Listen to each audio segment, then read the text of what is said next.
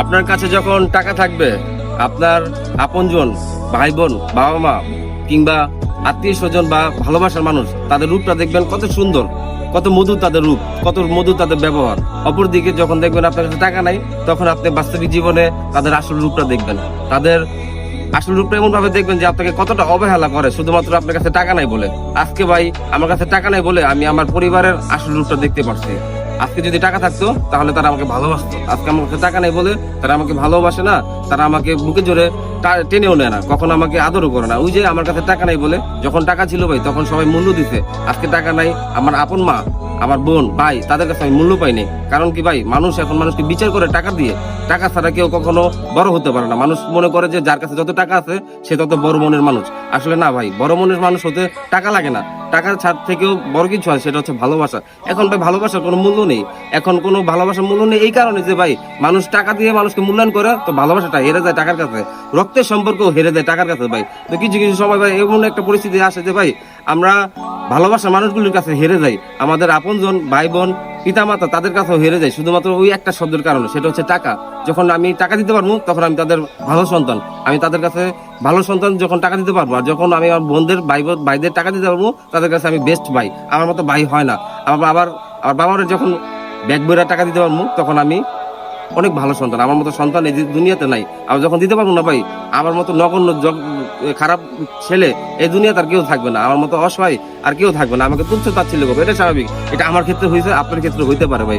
তো ভাই দিন শেষে একটা কথা বলবো, সময় থাকতে টাকার মূল্য দেন।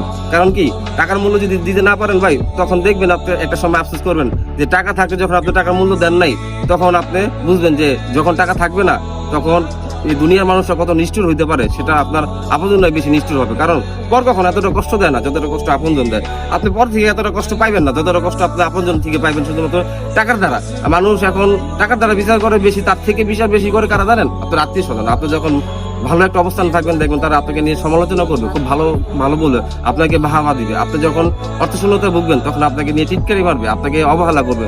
ইভেন কি জানেন ভাই, তাদের একটা অনুষ্ঠানেও আপনার গ্রহণযোগ্যতা হবে না। কারণ কি জানেন, হয়তো আপনি দামি একটা উপহার দিতে পারবেন না, কিংবা আপনি ভালো কিছু নিয়ে যেতে পারবেন না তাদের বাসায়। এই জন্য দেখবেন তারা তার অনুষ্ঠানে সামিল করবে না। কারণ ওই যে তারা জানে আপনি অর্থ শূন্য মানুষ, আপনি তাদের কাছ থেকে বারবার কষ্ট পাবেন, বারংবার কষ্ট পাবেন। কিন্তু দেন একটা সময় আপনি তাদেরকে চেয়েছিলেন মনে প্রাণে ভালো রাখতে, নিজের জীবনটা উৎসর্গ করে দিয়েছেন তাদের জন্য, নিজের সমস্তটুকু তাদের জন্য দিয়ে দিয়েছেন। কিন্তু আজকে দেখেন ভাই, আপনার কাছে টাকা নেই বলে আপনি সাধারণত একটা দাওয়াতে অংশগ্রহণ করতে পারবেন না।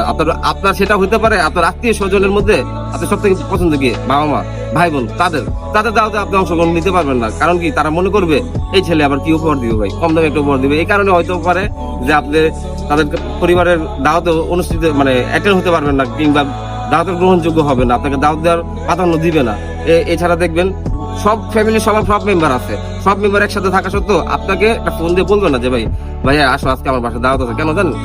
অর্থশূন্য মানুষ। আজকে আপনি অর্থশূন্য মানুষ বলে আপনাকে কেউ গণ্য করবে না। তো ভাই জীবনে যতটা দিন বেঁচে আছেন শুধুমাত্র টাকার পিছনে দৌড়ান ভাই। টাকার বিকল্প কিছু নাই।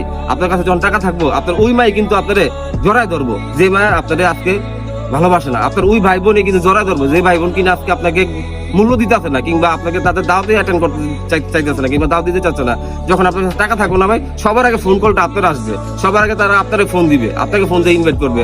কারণ কি, তখন তাদের আপনার মধ্যমণি থাকবেন চোখের। আর এখন চোখের মধ্যমণি নাই কেন জানেন? আপনার কাছে টাকা নেই। তো বরঞ্চ একটা কথা বলবো ভাই, শুনতে খারাপ লাগলো, টাকার কাছে ভালোবাসা, রক্তের সম্পর্ক সবকিছু বিক্রি হয়ে যাবে। তো জীবনে যতটা পারেন টাকা কামাতে শিখেন।